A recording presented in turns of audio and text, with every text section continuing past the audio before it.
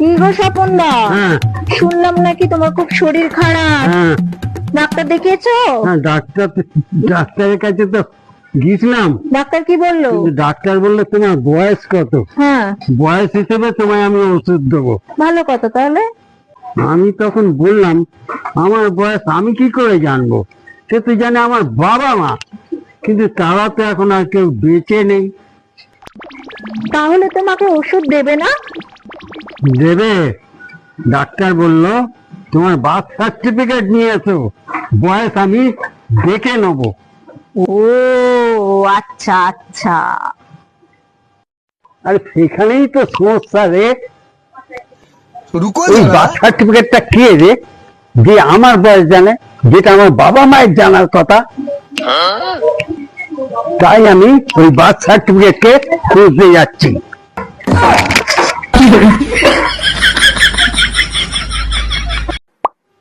নমস্কার বন্ধুরা, কেমন আছো তোমরা সবাই?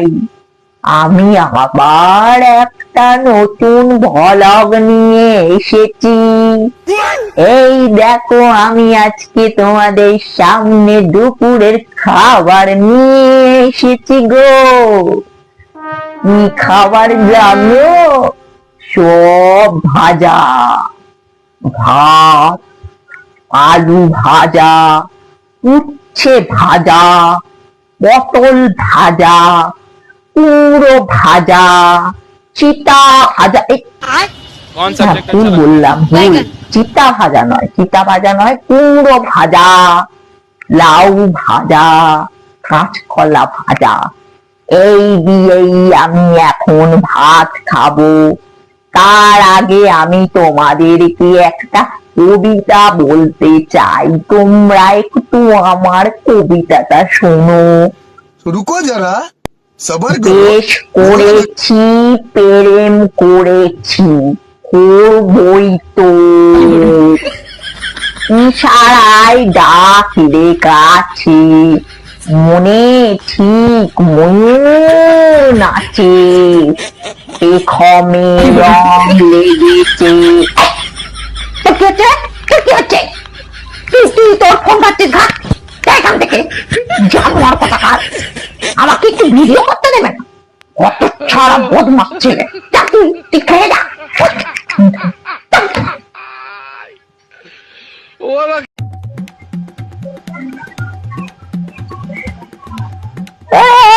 তপন দা, কি হলো গো? কি ভাবছো? আরে আমি একটা জিনিস বুঝতে পারছি না, কি গো? বেদানার হ্যাঁ এত দানা থাকতেও হ্যাঁ, ওর নাম কেন বেদানা হয়েছে?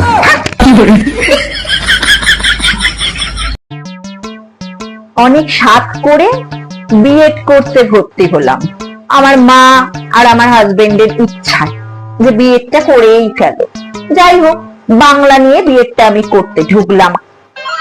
আর কি বলবো, এই সেকেন্ড সেমিস্টারে দেখছি শুধু যে বাংলাটা তা নয়, ইতিহাস, ভূগোল, তারপরে সমাজ বিজ্ঞান, অঙ্কটা পর্যন্ত ঢুকে গেছে ওর মধ্যে। জানেন জানেন, এই অঙ্ক পরীক্ষা যখন হতো তখন আমি কি করতাম জানেন? পায়খানায় ঢুকে বসে থাকতাম, বেরোতামই না। ওই অঙ্কটাকে দেখলে আমার এত ভয় লাগতো।